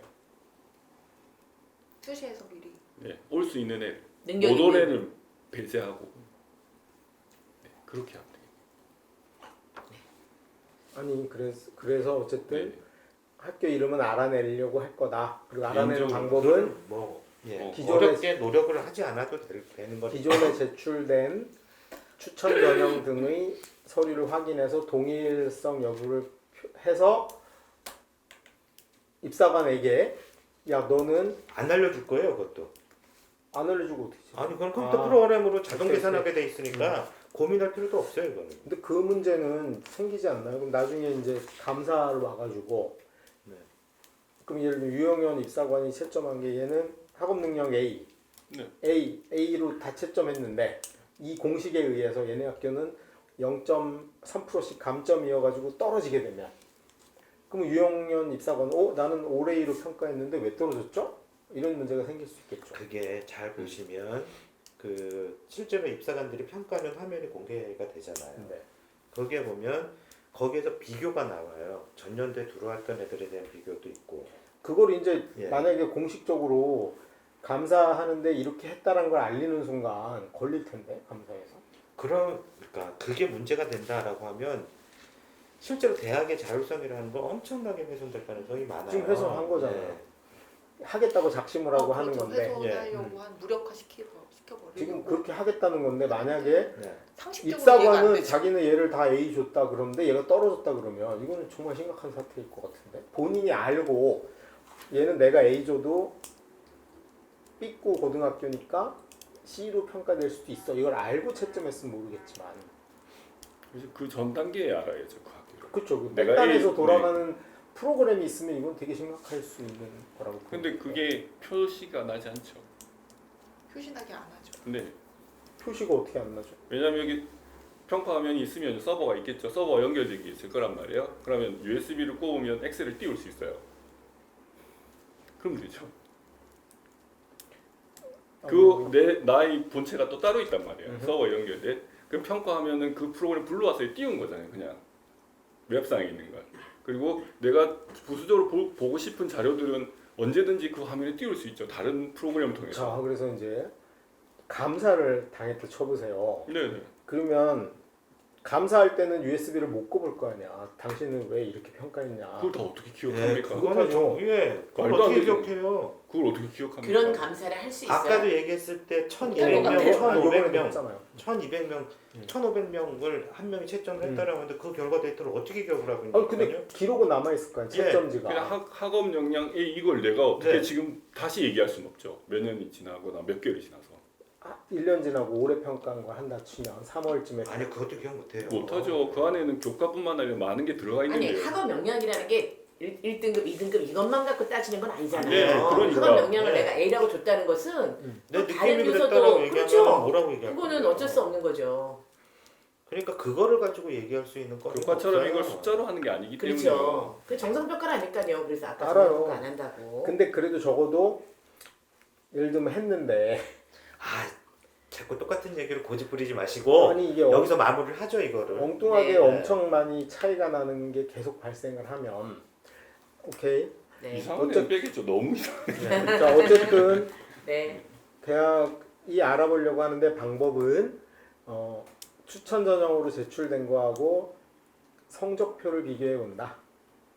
그리고 그다음에- 현재로도 교육부는 지금 학생들 2개 준다고 얘기하고 있어요. 그건 이제 3년 후니까. 네. 네. 그러니까 그때까지는 그것도 어쩔지 이제 할 수 없고. 그러니까 그것도 사실 참 문제가 되는 건 뭐냐면 이런 문제점이 분명히 존재한단 말이죠. 그럼 그걸 어떤 방식으로 극복할 거냐에 대한 대화는 우리가 상상하고 고민할 필요는 사실 없어요. 없죠. 예. 우리는 이제 교육부가 이런 문제점을 만약에 자기들이 한다라고 하면 이 방식이 맞는지에 대한 것도 고민해볼 거고 또 하나는 그럼 다른 방법이 뭐가 있을까를 그때 고민해보겠죠. 그거는 나중에 고민해도 상관없지 맞아요. 않을까 그래서 싶어요. 어쨌거나 지금 대학은 학교 이름을 일부 대학이 상위권 대학이 네. 솔직히 학교별 특성이 없는 학교들만 쫙 모이는 대학부터는 고민할 이유가 없으니까 그렇죠. 네. 일부 이제 서영고, 스카이, 서성한 이런 정도에서 그런 고민을 할 거다라는 거고 또 한 가지가 고등학교가 이걸 티를 내려고 하는 방법도 있지 않을까요? 아까 그렇겠죠. 뭐- 자신 있는 고등학교는 우리 동아리 이름에다 네, 넣는다든가. 그렇죠. 근데 동아리 이름에 그 땡땡 학교를 못 쓰게 또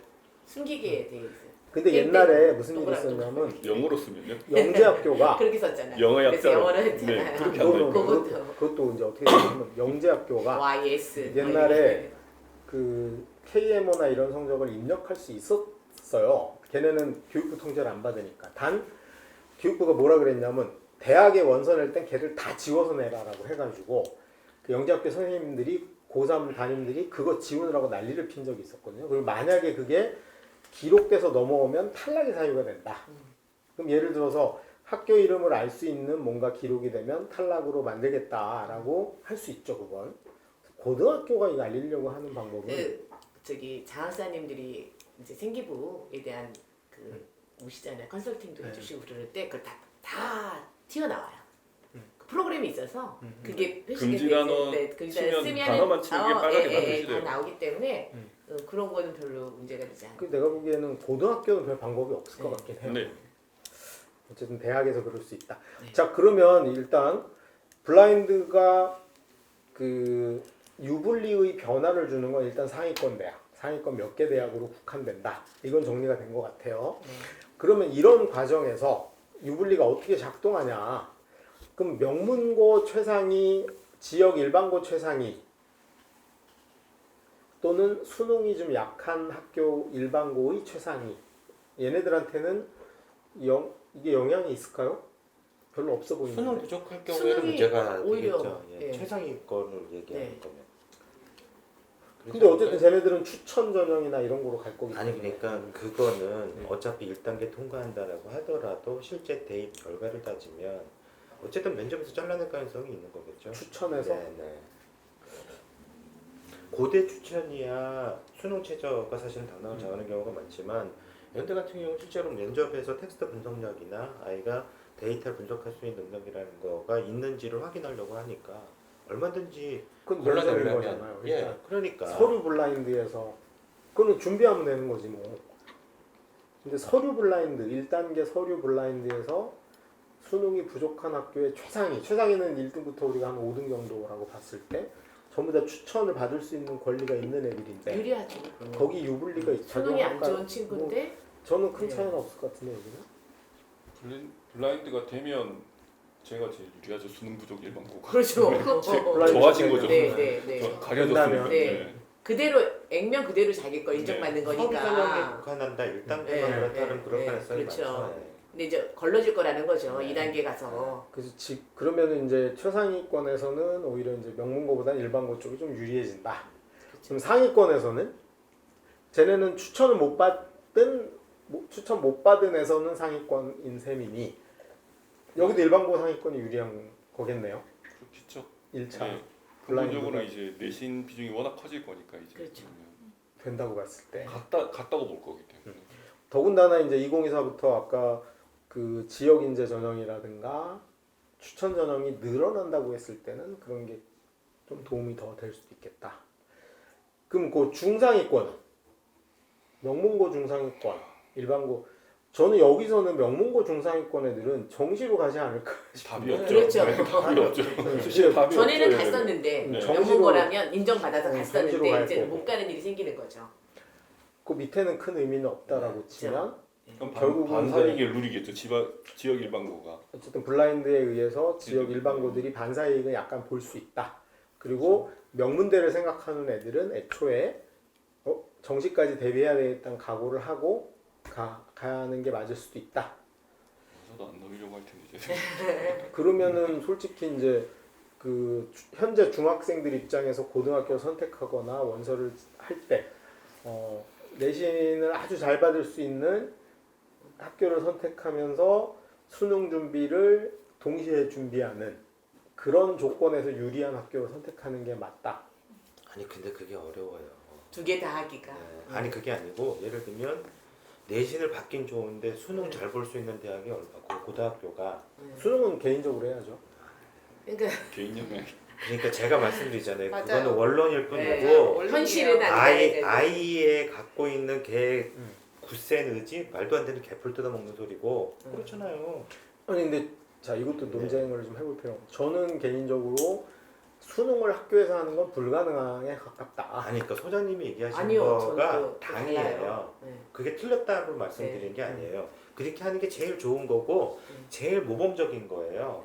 현실 근데 가능성. 소장님이 제시해준 그 방식대로 사는 놈이 여태껏 얼마나 있었을까? 아니 제가 얘기한 대로 사는 놈은 없었어요. 여태껏. 아니 저는 개인적으로 네. 성향에 맡기는 게 아니고 아니 그래도- 그게 아니라 인간이라는 일반적인 보편적인 그 특성, 더더군다나 그게 중딩 고딩이라는 특성 그거 갖고 말씀드리는 거예요.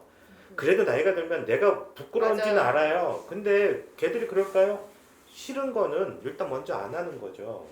그거를 왜 아이들한테 맡기죠? 예를 들어서 그러니까 엄마가 나서서 엄마가 됐든 학교가 됐든 제시해 주는 거예요. 제시를 해주고 예를 들어서 그러니까 제가 말씀드리는 건 뭐냐면 그 얘기를 하겠다라고 생각을 할 경우에 이러이러한 조건들에서 이만큼까지 해야 됩니다까지도 얘기가 그렇죠 안 되면 해야죠. 당연히 근데 해야죠. 아이들은 흔들릴 가능성은 굉장히 그렇지 농후하다. 이거를 중학생들한테 걔들의 그리고 운명을 스스로 결정해라 할 수 없으니 제가 생각하기에는 그 부모들도 사실은 애가 못할 거면 원래 그 부모도 못했다. 저는 그렇게 생각해요.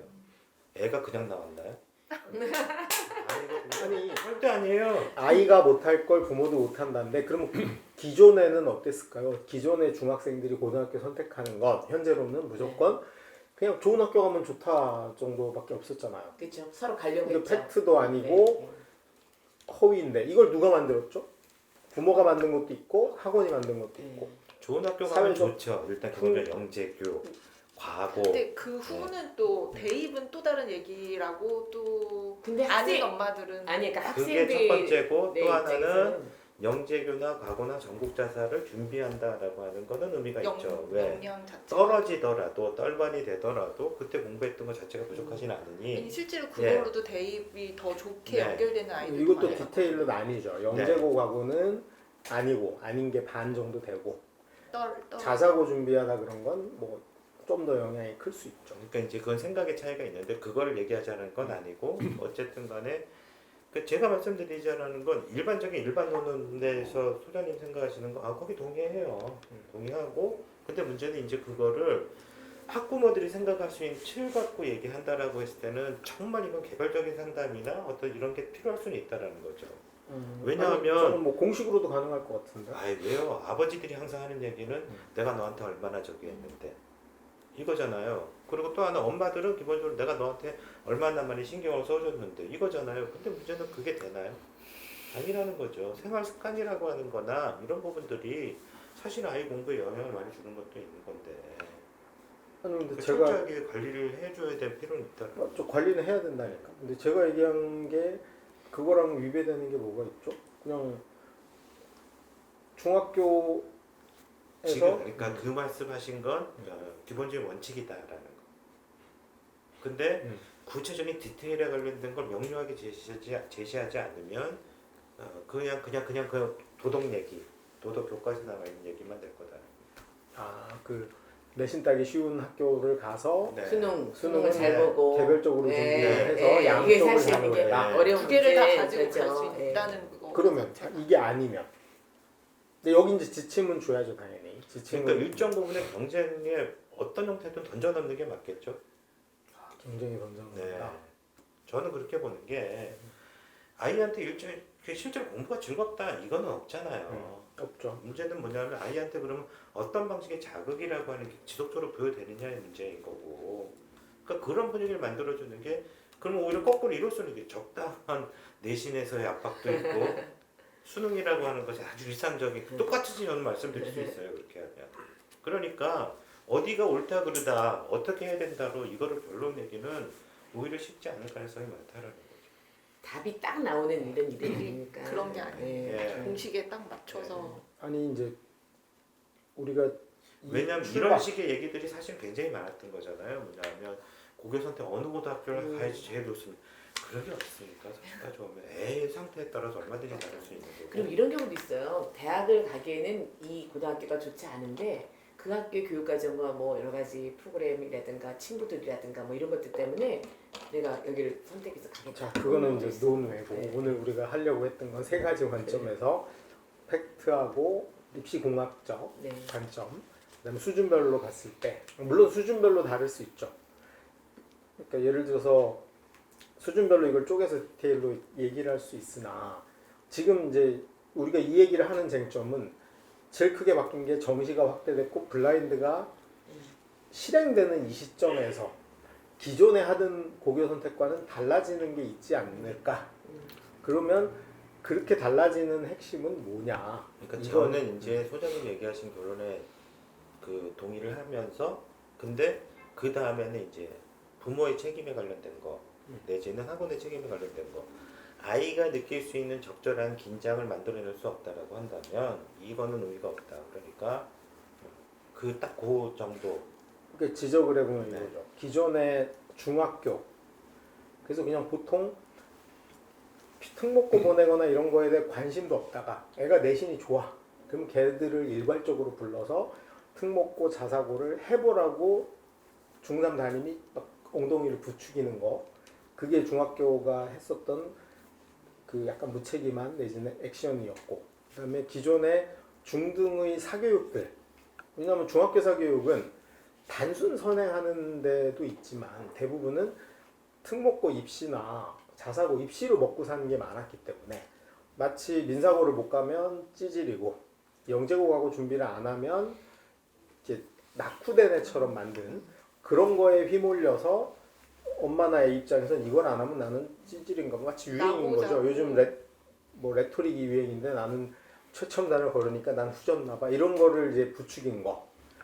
그 다음이 또 한 가지는 대입을 담당하는 선수들이 중학생들이 어떻게 사는지에 대해서 관심이 없었다는 거죠. 관심이 없었어요. 그래서 쟤들은 이렇게 하면 더 도움이 되는데라는 목소리를 오히려 고등학교 선생님들도 안 내고 그 다음에 고등학교 사교육을 하는 데서도 안 내고 그냥 뭐 누가 됐든 오면 그때부터 한다 이런 거였기 때문에 여기가 되게 단절된 측면이 있었다. 그래서 저는 당연히 방향도 제시해 줘야 된다. 저는 뭐 개인적으로는 이렇게 생각합니다. 영재고 준비하던 정도의 학습량을 해야 된다. 주 800시간을 공부해야 1년 연 800시간을 공부해야 되는데 그럼 그 공부 내용의 핵심이 뭐냐? 고1 내신과 수능 대비로 얘가 가야 된다. 나는 내용은 그렇게 가야 된다. 그리고 이게 얼마나 중요한지 입시가 바뀌었기 때문에 니네는 미리 알고 운명을 알고 공부를 해야 된다까지 사교육은 사교육대로 그다음에 중학교 학교에선 학교대로 학부모들은 학부모대로 이걸 정확히 전달을 해줘야 된다. 마치 동기만 있으면 되고 단기 목표로 뺑뺑이를 돌려야 되니까 그냥 영재고 해서 영재고 준비를 안 하면 800시간 공부를 안 한다. 이렇게 전제를 두는 게 아니고 영재고를 갔을 때 이 장점이 있고 일반고를 갔을 때 이 장점이 있으니 어떤 거든 근데 일주일에 이 정도 학습량과 이 정도 공부를 안 하네. 습관이 안 된 애는 못 가더라. 뭐 이런 건 알려줄 수 있겠지만 아니 가도 문제죠. 못 가도 따라간다는 지체 조건이니까 문제고. 그래서 이제 그런 부분에 대한 지침이 정확히 나와줘야 되는 거지. 그것도 대입의 변화의 관점에서 이거를 공부 안 하는 것보다 나으니까 영재고라도 준비해라 라는 무책임과 그 다음에 갑자기 아무 준비도 안 돼 있는 애들을 특목이라도 갈 수 있으니 가봐라라고 내맡기는 기존의 관행을 좀 깨는 게 저는 되게 중요한 문제인 것 같아요. 이게 더군다나 이제 말이 아다르고 어다른 건데 준비해라고 얘기하는 것 자체의 문제는 없어요. 근데 꼭 원서를 내야 되는 다른 문제거든요. 그러니까 준비하는 과정에서 그 아이한테 실제로 고민을 하게 하고 하는 것들 이게 플러스되면 저는 그쵸. 근데 예. 고민을 못하게 하잖아요. 영재 아니요, 고민을 못하게 할 뿐만 아니라 사실은 엄청나게 뽑아먹죠. 그래서 그쵸. 영재고 떨어지고 나면 야 과거라도 쓰자 이렇게 또 이거는 정말 못된 거고 그건 하지 말아야 되는 건 맞아요.